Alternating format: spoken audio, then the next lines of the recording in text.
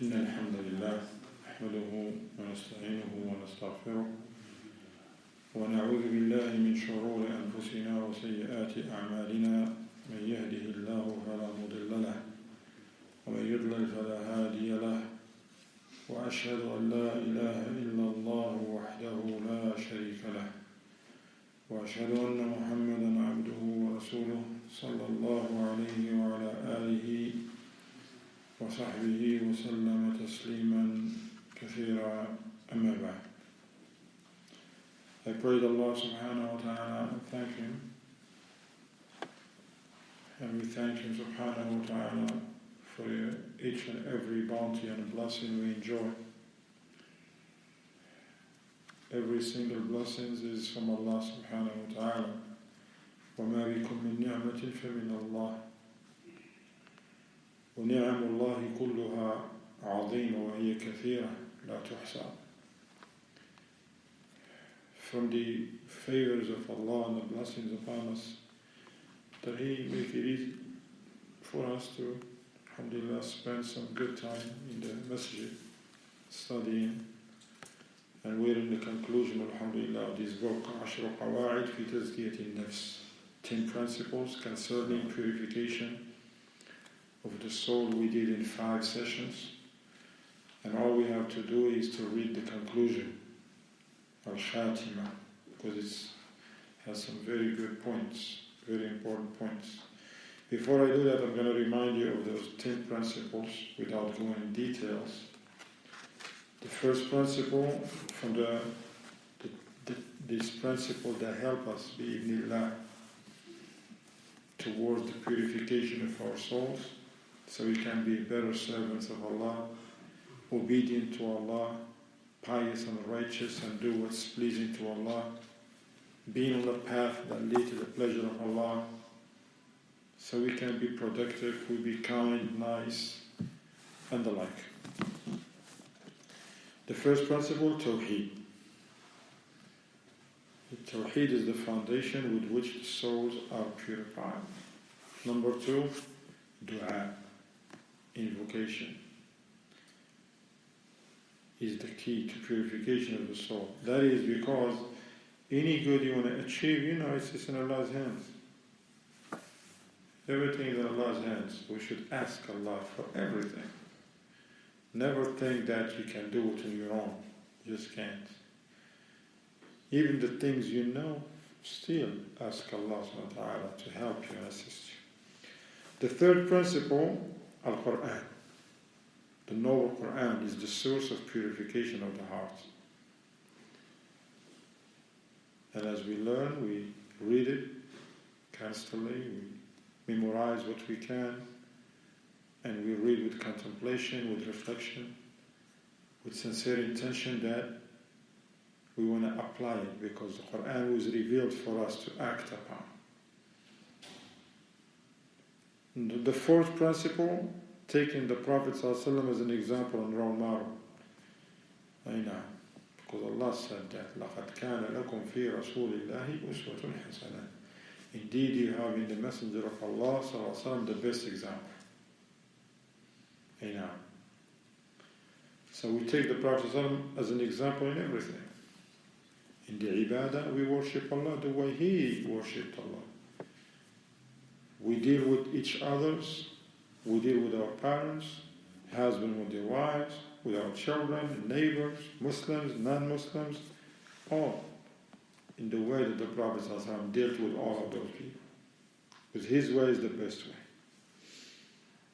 And if there is a teachers amongst us, they can be the best teachers if they emulate the example of the Prophet ﷺ. If there is leaders and rulers, and there's Muslim lands, they have Muslim rulers. They can be the best, but they have to learn how the Prophet ﷺ did it. If they don't, then we're going to continue to see chaos and problems.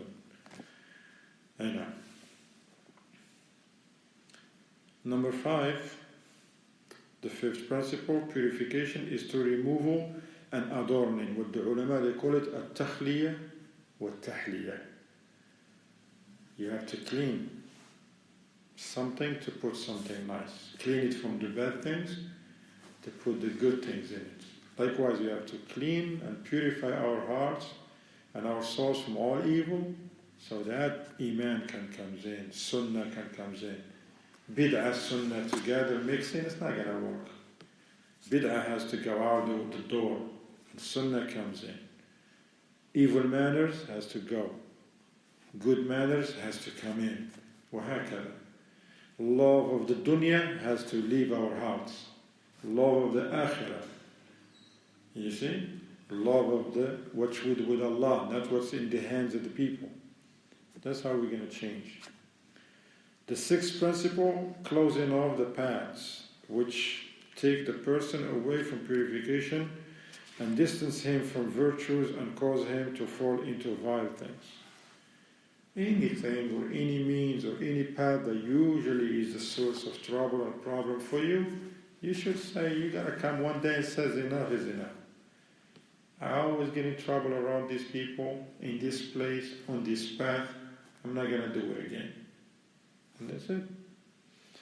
Number 7, remembrance of death and the meeting with Allah Subhanahu. Of course, we're human, we want to do this, we want to do that, we're going to get this, we want to build this, we want to make more, we want to compete with this guy, why he just came after me and he got more money, all this and that.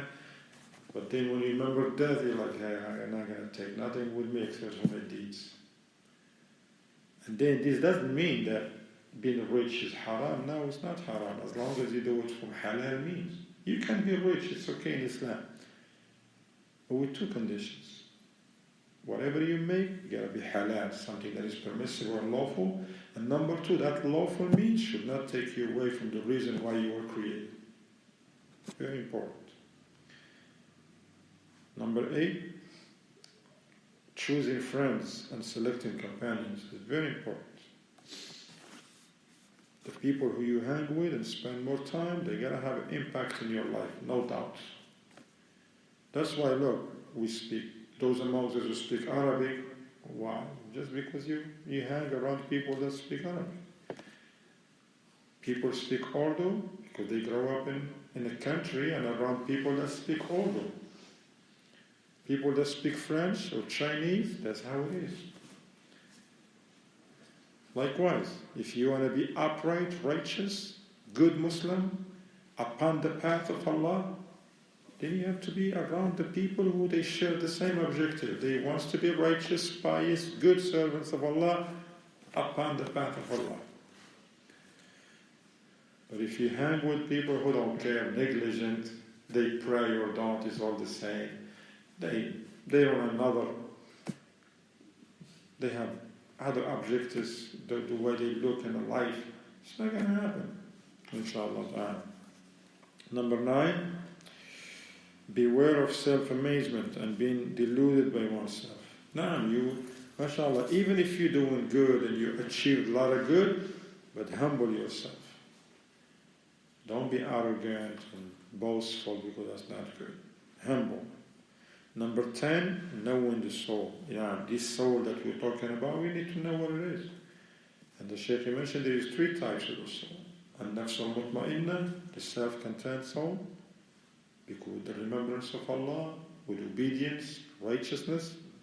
Wal-nafsu al-lawwama, the self-reproaching soul. And that could be good and bad. It is good when a person does something bad and his soul tells him, why you do this? You're not supposed to do this. You're a Muslim. And it could be evil when he wants to do good and tell him, why you're doing this good? You're still young. Why you want to go to masjid? You're still young. Or make hajj? Why you want to make hajj? You're 30. Go to Europe. Go see the wall of China. Go here. Go there. Why you want to go to hajj and you're still young? You see? Shaitan. The nafs tell them these things. And we have the 3rd type of soul, al-nafsu, ماذا? أمارة بالسوء. الأمارة بالسوء. الله يحفظك يا شيخ. عيشك. الأمارة بالسوء. The soul that, إنجليزي يا شيخ؟ لا. بالإنجليزي النفس الأمارة بالسوء. الأمارة والنهي عن المنكر. لا. شنو السؤال؟ لا. قول لي ترجم لي النفس الأمارة بالسوء قولها بالإنجليزي. بالإنجليزي. نعم. The soul that calls to evil. to evil. أحسنت. بالفرنسي؟ بالفرنسي l'âme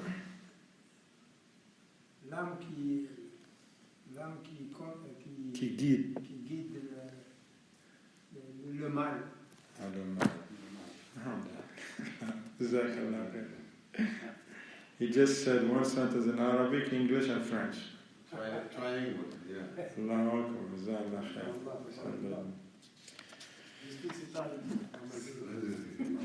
Buonasera. Buonasera, huh? Now we're going to read the conclusion, inshallah, okay? Why I read to you those 10 principles? For two benefits. One of them, if somebody was not with us or missed a few sessions here or there, this is what we covered so far. And the second reason, because what the Shaykh said, he began the conclusion by saying, after that which has preceded from the clarification of these principles, so now that's why I brought them so that you can at least know what the Shaykh is talking about. He said, after that which has preceded from the clarification of these principles, which will assist the servant in purifying and cleansing his or her soul, he says now it is clear that the soul needs to be called to account. Nothing just happens like that. Even in a business, right now. You're a businessman, you have a business, and you have partners. And you tell them how to do things, do this, don't do that, stay away from this, we have them do it. But then every 3 months or whatever, what do you do? What do you usually do? Check on them. See if they're doing the work or not. Accounting, bring them to account. So therefore, it is clear that the soul needs to be called to account while the individual is living in the abode of leisure and action in this world. Before the person stands before Allah Azza wa Jal on the day of judgment. He says, one, that could be me, you, somebody here or there, be negligent with the rectification of his soul, and this will be a reason for his destruction. Meaning, from this paragraph, we should find some time when you sit by yourself and say, what did I do today? Was I a good servant today? Because Allah is nice to me. I still breathe His air. Allah didn't disconnect me from intellect. I use my intellect, my vision, my hearing today. MashaAllah, my children, everybody is around me is fine. But was I be good to Allah, to myself, and being obedient? No. He says the pious predecessors, meaning the Salaf, companions and Tabi'een, that's what it means, the pious predecessors. In Arabic it is called as-Salaf al-Salih. And as-Salaf al-Salih, they are the companions in the first place. So you know that this, when you hear as-Salaf al-Salih, this is something very important. Because these are the companions. And the Tabi'een and Atba' Tabi'een, including Imam Abu Hanifa, rahimahullah, Imam Malik, Shafi'i, Ahmad. These are our Salaf. He says the pious predecessors would remind the people and advise them regarding the necessity of calling one's soul to account and rectifying it before it is too late and death overtakes that person. Of course, the Sahaba, they taught the people the Aqidah, the Tawheed, the Sunnah, these many things, tafsir, but also they remind the people, look, you got to look at what you're doing, what you're saying, be careful, check your affairs, your relationship, where do you stand? Check everything because you're going to be asked on the day of judgment. At the end of this treatise, he says, it is befitting to transmit some of the advices which have come from these rightly guided predecessors. Okay? In this regard, at the head of them are the 4 rightly guided Khalifas. So he's going to mention one statement from Abu Bakr, Siddiq, radiallahu anhu, one statement from Umar radiallahu anhu, one statement from Uthman radiallahu anhu, one statement from Ali radiallahu anhu. As for the Khalifa al-Rashid, Abu Bakr as-Siddiq radiallahu anhu, he said, know, that's the K-N-O-W, mean you should know, should have knowledge. O slave of Allah, that you are traveling and sitting out for an appointed term, the knowledge of which is unknown to you. See, we're in this life, it's like you're on a journey. When that journey, no doubt, is going to come to an end. It's going to come to an end. You're not going to be living here forever. But we don't know when that journey can come to an end. You're going to come in any moment. Okay? So he said, so if you are able, be such that your life ends while you are doing actions for Allah, then do so. You will not be able to do so except with the help of Allah. Meaning, he's looking at the khawateen. May Allah subhanahu wa ta'ala cause us to die on a beautiful thing. So hasten to perform righteous deeds within this period of respite prior to your appointed time and before your life ends and you brought back to face the most evil of your actions. And you'll be brought back to face the most evil of your actions. For indeed, a people devoted their lives to others, and they forgot about themselves. He says, so I forbid you from being like them. Therefore, hasten, then be safe and be safe. For behind you there is large stalker. His pace is quick, meaning death. الموت آت وكل ما هو آت فهو قريب. See, death is coming. And there is a statement, anything that is coming towards you, get nothing but closer to you. Anything that is coming towards you, it get nothing but getting closer to you. So every moment that goes with our lives, we're getting closer to the grave. That's how it is. That was the statement of Abu Bakr as-Siddiq radiallahu anhu. As for the statement of Umar, the second Khalifa, Umar ibn al-Khattab radiallahu anhu, he said, حاسبوا أنفسكم قبل أن تحاسبوا وزنوا أعمالكم قبل أن توزنوا. He says, call yourselves to account in this life before you're all called to account on the next one. Weigh yourselves and your deeds, your actions, whatever you do, your decisions, before you are weighed on Yawm al-Qiyamah. Because we believe in the mizan, we believe in the balance on Yawm al-Qiyamah. The ulama, according to the ayats and the ahadith, they said not only that the deeds will be weighed, the people themselves will be weighed as well.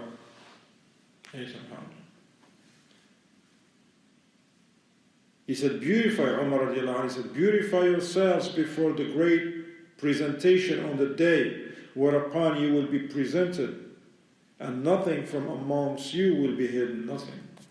Okay, now. That's why the ulama mentioned, if someone take account of himself in this life before he does anything, he say, wait a minute, is this something good or not? Why is it good? Good because it's Allah said it's good in His book or in the Sunnah of His Messenger. And you do it. Something that is not, you're like, no, I can't. Even if other people say, no, just do it. No, I'm not doing it. I'm not doing it. Everybody's doing it. No, not doing it because it's not good in the deen of Allah. Now you're going to make it easy for you, Yawm al-Qiyamah. But if somebody just doing stuff, doing, never check anything, now he's going to stand in front of Allah with a whole lot of deeds that he have to be checked for and asked for. But if someone, before he does anything in this life, he says, wait a minute, I'm a servant of Allah. I'm going to stand in front of Him on Yawm al-Qiyamah. He's going to ask me about everything, but Allah subhanahu wa ta'ala, He sent me the legislation. So if I do my homework today, I'm not going to face, inshallah, nothing tomorrow.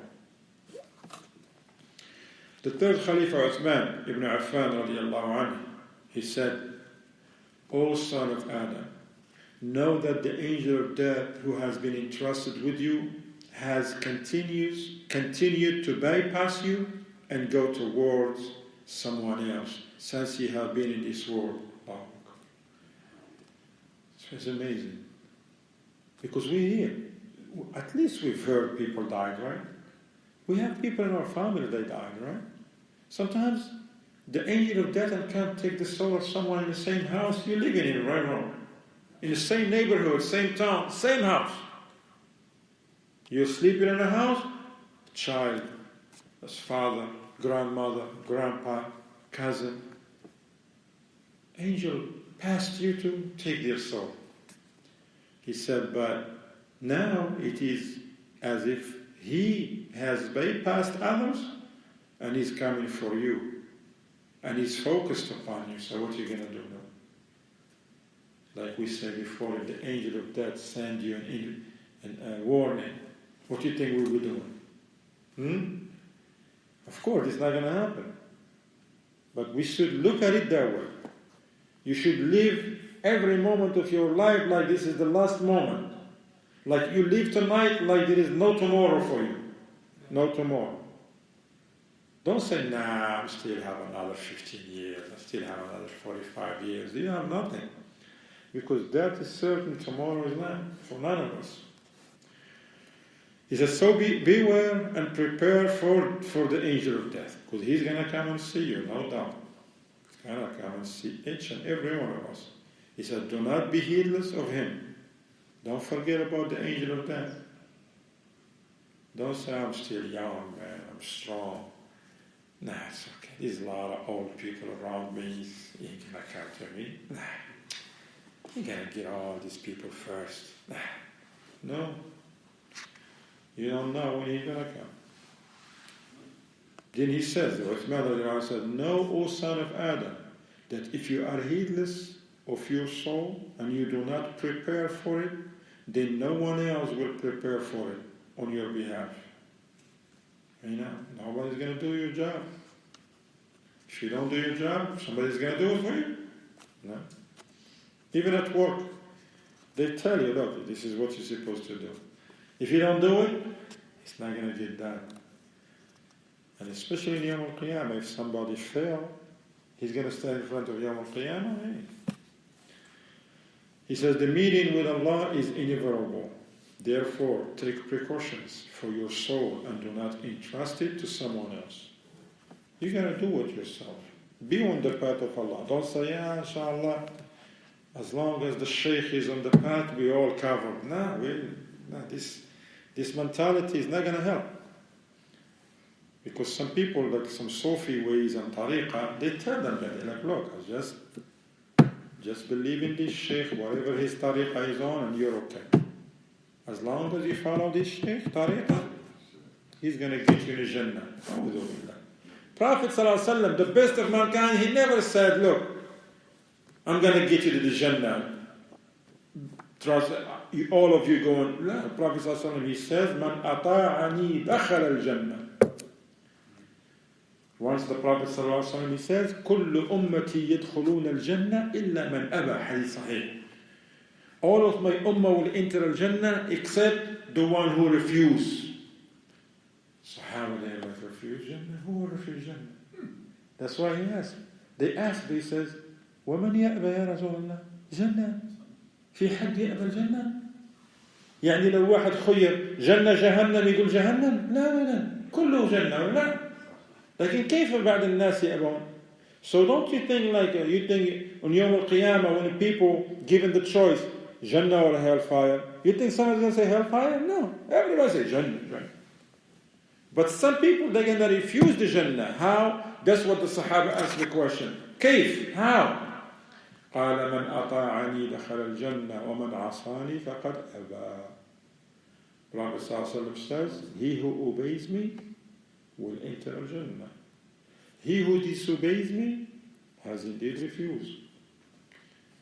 Allah al-Musta'an. What about the Shafa'ah? الشفاعة هي الشفاعة للمؤمنين للمسلمين. لمن أذن الله له وارتضى. الشفاعة لها شروط ما هي لكل أحد. هنا الشفاعة لأهل التوحيد. Shafa'a is for the people who died upon Tawheed first. Because Allah is not pleased with the people of Shirk. If someone, just because he was born in Morocco, Saudi, Yemen, Bangladesh, Pakistan, Tunis, Nigeria, Senegal, Sudan, whatever, Syria, meaning a Muslim country. Even if he was born in Mecca, his mom was making tawaf and gave birth right there by the Hajar al-Aswad. Let's say. Today people are like, what, this brother here? He got born in the Kaaba? Wow. They want to kiss him and everything, think like he's a sheikh. He's Maulana because he was born in Mecca. Look, it's not going to help. Let's say that person, his name is Muhammad or Abdullah, was born in a Muslim country, and that person he prays, fasts, made Hajj more than once, and read Quran, but he commits shirk. Because he go to the graves and believe that those Sheikh, Jailani, Hussein, Bamba, whatever, that Sheikh knows the unseen, that Sheikh, he cures the sick people, and he gives children. That's major shirk. That person, that salat, that name, country, Muslim country, fasting, Hajj will be no benefit. Because Allah says in the Quran Kareem to the Prophet ﷺ, لَإِنْ أَشْرَكْتَ لَيَحْبَطَنَّ عَمَلُكَ وَلَتَكُونَنَّ فِي الْآخِرَةِ مِنَ الْخَاسِرِينَ بَلِ اللَّهَ فَاعْبُدْ. شفت كيف؟ Allah addressed the Prophet ﷺ, he said, if you to commit shirk, all your deeds, good deeds will be void. And certainly on the day of judgment, you will be amongst the losers. So this is very serious, Ikhwan. Very serious. The fourth Khalifa, Ali ibn Abi Talib radiallahu anhu, he said, O people, that which I fear the most for you is long hopes and the following of desires. Inshallah, we all going to make it. Allah Ghafur Rahim. People don't want to do nothing. They don't want to pray, they don't want to do good, they're not obedient, and on top of that, their life is all messed up around haram, and then what they say? Oh, Allah Ghafur Rahim. Come, you brothers just make it difficult. So let the man pray, don't pray.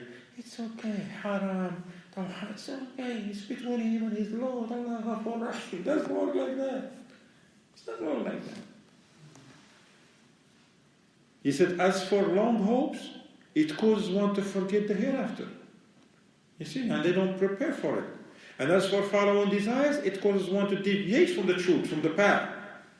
Indeed, he says, this world has turned away to depart. This is Ali radiallahu anhu saying.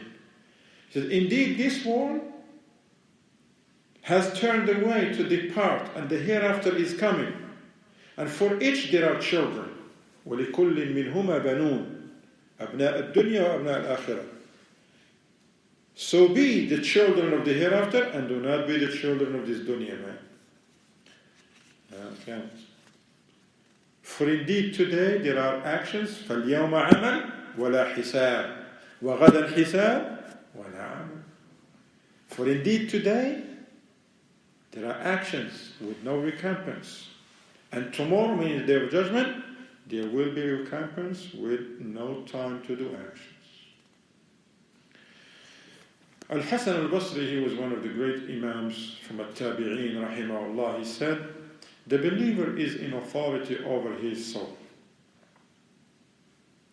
You're the manager, like in our terms. You remember you have 10 people working under you, or 50, and you're the manager. If you want them to do the work, what are you going to do? Go on vacation? Huh? Go sit in the office and let them do whatever they want to do? Is the job going to get done? You got to be there. Give them instructions. And if one of them want to do something else, what you got to be there before he does it, right? Excuse me, we don't do it like that. No, excuse me. It's not how it's done in here, right? So follow my instructions, please. You work for me. Likewise, this soul works for us. This soul is supposed to stay on the path of Allah, not deviate here or there.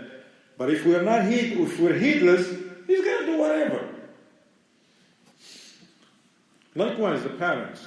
If you want your children to grow up righteous, obedient, good, memorizing Quran, Arabic, Sunnah, Tawheed, you have to do some work.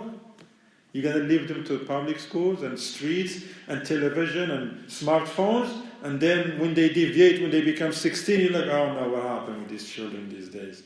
No, it's not about the children, it's about you. You didn't do work. You didn't work, you didn't give them nothing, you didn't supervise.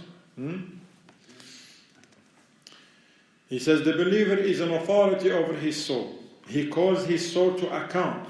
The reckoning on the day of judgment will be lightened for the people who call their souls to account in this world. And the reckoning is made difficult on the day of judgment for people who embarked upon this affair without calling their souls to account. See? In a simple way, if we want the account to be simple on Yawm al-Qiyamah, we have to do the work in this life. Maymun ibn Mihran, one of the ulama of the Salaf, rahimahullah, he said, a person is not a taqi, a pious, until he is harder in calling himself to account than a businessman is with his business partner. You see how it is? If a person start a business, but he can't do it by himself, and he has a partner, why is he bringing that partner for? To lose? To make fayeh, like they say? He bringing a partner so he can take this business to another level. But if he just bring the person and let the person do whatever he want to do, it's going to be chaos. Now he's going to say, hey, what happened? No, it's not like that. Oh, you spent $100,000? Receipts, please. Oh, you don't trust me? Listen, it's not about trust, brother. You do the same thing with me, right or wrong? Oh, you don't trust? Oh, yeah, I trust you. After like 6 months, they have a note on the door that you guys bankrupt. That's it. Now he's going to say, he said, oh, you should ask me a long time ago. Man, I spent all of it right now. That's what happens sometimes. If we don't take account of our souls and we keep doing stuff, and we become normal. Some people, they commit sins. It's like, no, nothing wrong. You tell them, hey, salat. So what? Drinking. Go on. Riba. Come on, man, I gotta start a business. The only way I gotta get loan from the bank, man, I gotta start a business. No, you don't have to start a business with haram. You don't have to. That's not a necessity. You don't. I gotta live in a bigger house. You don't have to live in a bigger house if you cannot afford it. You're not gonna disobey Allah to live in a bigger house or to drive a newer car. No. It's not how things is done. Then the Shaykh says, due to this, it was said, the soul is like a treacherous business partner. If you do not call him to account, he will run off with your money. Likewise, the soul, if you don't bring it to account, is going to take you away from the path of Allah and put you in some very, very bad things. Then the Shaykh said this matter is extremely important in these times, where tribulations and diversions that hinder from good are abundant, and the evils which entice and beautify falsehood to the souls are many and great. In our time, Abdullah ibn Mubarak, one of the great ulama that passed as well, rahimahullah, Tabi'un, the best generations, said during his time, he was a student of the companions. He said the righteous people in times past were such, their souls willfully pulled them towards good, meaning the companions. He said, our souls, no, he's a tabi'i. He said, our souls do not pull us except compellingly. You have to do some work. So it is a must that we compel them, meaning our souls. Then if he said that, and he was one of the students and companions, so how about the state within our time? Then the Shaykh said, we ask Allah Ta'ala by His beautiful names and lofty attributes to rectify for us our religion, which is the pinnacle of our affair, and to rectify for us our dunya, which contains our livelihood, and to rectify for us our hereafter, in which is our return, and to make life an increase for us in every good, and death, a rest from every evil. Prophet ﷺ used to say, Allahumma ati nafsi taqwaha wa zakkiha anta khayru man zakkaha anta waliyuha mawlaha. O Allah, give my soul its taqwa, piety, and purify it, for you are the best to purify it. You are its guardian and its patron. وصلى الله وسلم على محمد وعلى آله وصحبه وسلم تسليما كثيرا. And we, once again, we thank Allah for allowing us to complete this very small book in volume, but tremendous in benefits. We ask Allah subhanahu wa ta'ala to make us from those people that will benefit from this, not just from those who information come one ear out the other. We ask Allah subhanahu wa ta'ala to help us, purify our souls, keep us firm upon His path. Jazakumullah khair for attending these sessions. Inshallah ta'ala we continue with you in the upcoming days. Wa sallallahu on another topic. Inshallah. Wa sallallahu wa sallam ala Muhammad wa ala alihi wa sahbihi wa sallama tasliman kathira. جزاك الله خير.